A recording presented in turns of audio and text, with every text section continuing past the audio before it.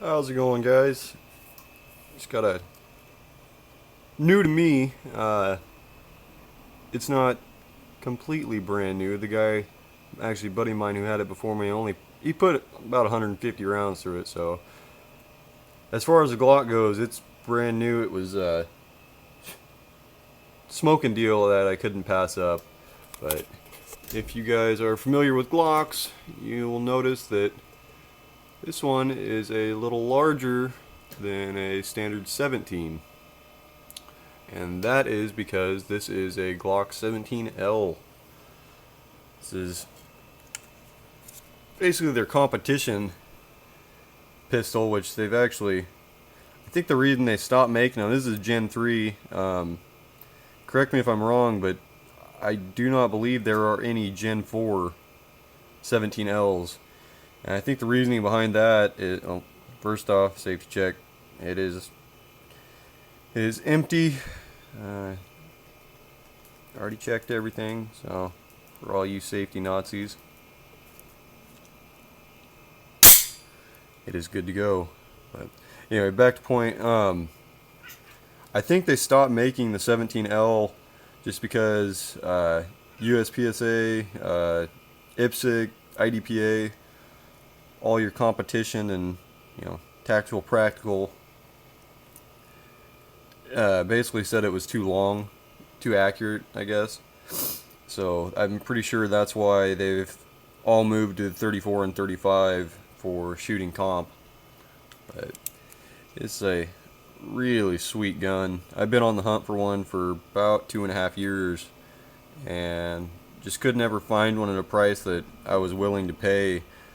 Last few I had seen that came up on Arms List and gun brokers and stuff, cheapest ones I saw in gun brokers were going for about $900 for users that are fairly heavily used compared to this one, and for ones that were like new in box, they're going upwards of $1,400 with just 2 factory mags. So I got a smoking deal that, but also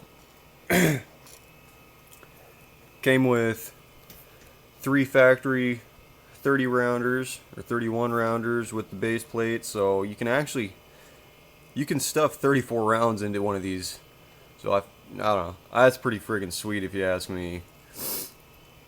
But then also came, I already had 4 factory mags for my 17, but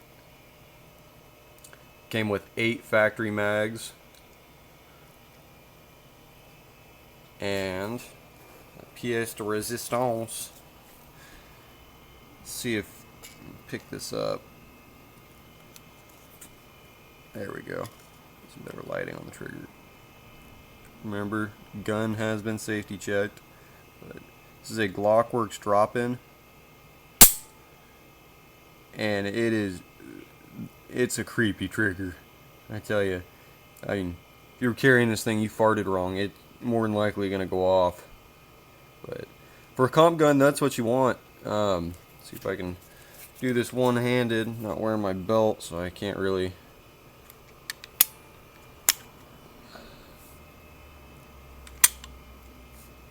Here, further up on it. Kind of hard to do lefty. I'm gonna show you guys this reset.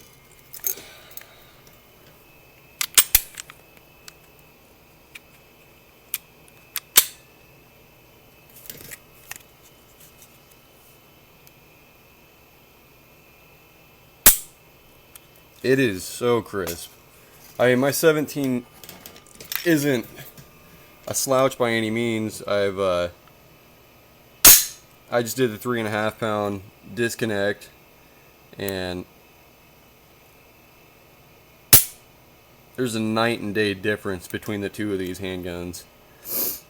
But as of right now, I'm running a Crimson Trace LG 617.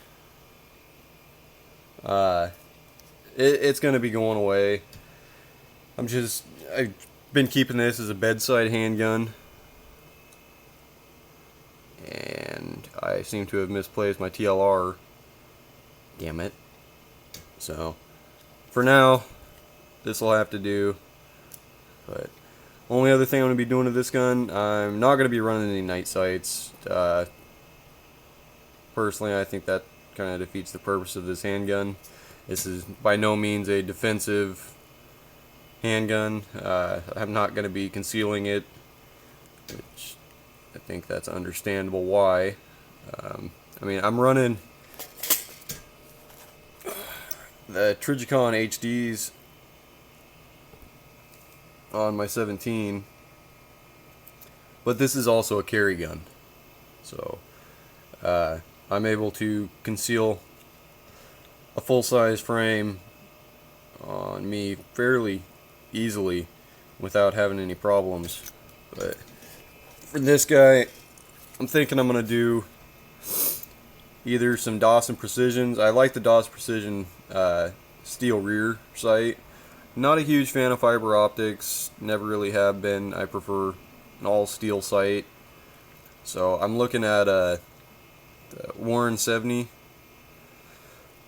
comp sights. I just got to figure out what height blade I'm going to need, because I want my point of aim to be actual point of impact. I don't want to have to judge.